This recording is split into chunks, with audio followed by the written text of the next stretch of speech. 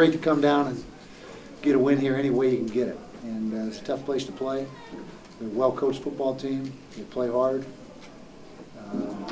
Rich Rod's always going to find a way to move it on you. He's got a great grasp of offensive football, and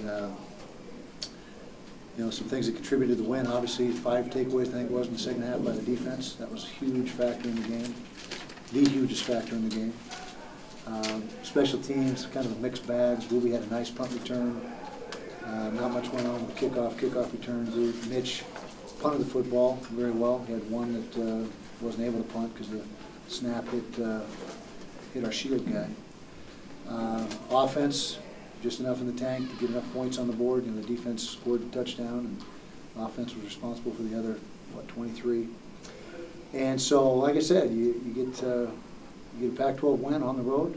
It doesn't matter how it happens. We got out-statted a little bit, which in total yardage, but the takeaway and the turnover margin more than makes up for that.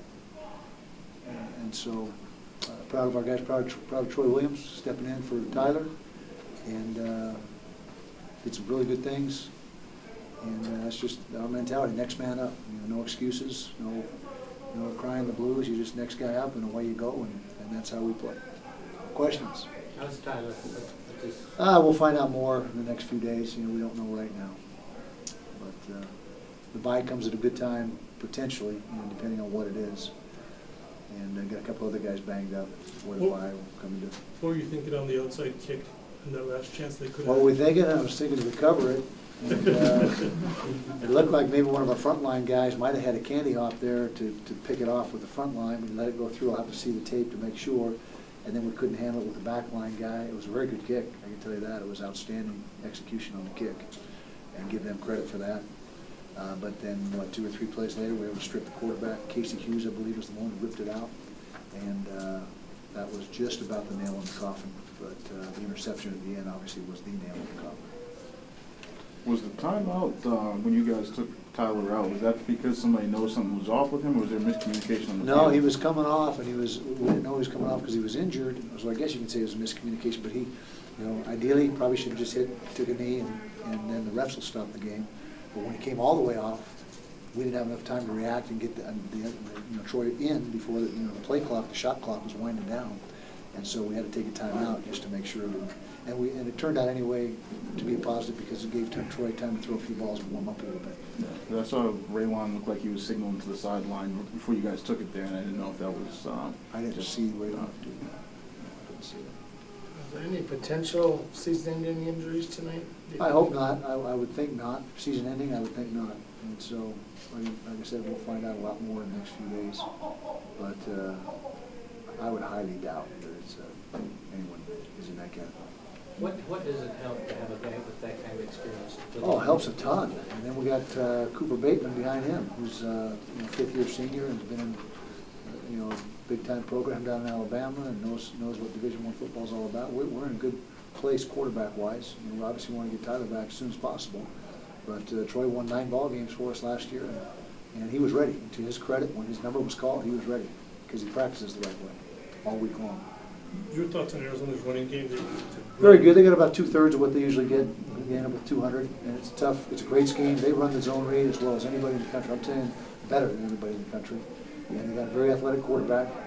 And when you combine their scheme with how they're coached and the athleticism of the quarterback, it's really potent. And so we did a decent job. 200 yards. What were they having? 328 or something like that. So we did a decent job on the run game, but not nearly as good as we did last year on the run game.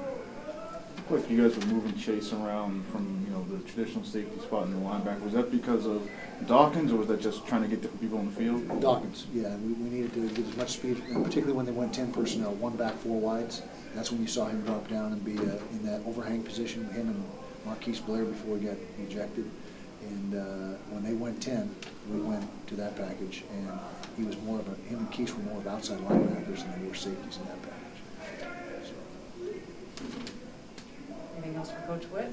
How do you feel like you guys handled Dawkins? I know it was a big thing for you guys coming into this week. Well, I think pretty good. I haven't seen the numbers on him. He rushed for 90 yards, 5 yards of carries. So that's pretty good production by him running the football. Picked him off 3 times, 24-42, so he was barely over 50% with 3 picks and just 1 touchdown. So I'd say the pass coverage overall was pretty darn good. He was less than 6 yards an attempt. And if you're less than 6 yards an attempt throwing the football, you're not going to be very effective in the pass game. How would you say you've seen Troy sort of handle this last couple of weeks in terms of, I mean, obviously we spoke to him after you guys made the decision, but how has he handled it once the season started? And obviously just like I thought he would, like a professional. He's a 5th-year senior, and disappointed, obviously, but there was not one bit of drop-off in his work habits, in his attitude, in how he approached the game. And I think you saw that. He was ready to go tonight. When his number was called, he was ready to go.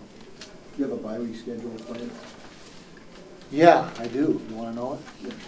We may go golfing. That's what I want to know. Got to give these guys some downtime. I know that they've been working hard, and we've been camped for 5 weeks, 4 weeks in, so we're 9 weeks in. Great time for a bye because we're just about at the exact midway point where we've got 8 left. So 9 weeks, week off, and 8 to finish. So it comes at a good time in that respect.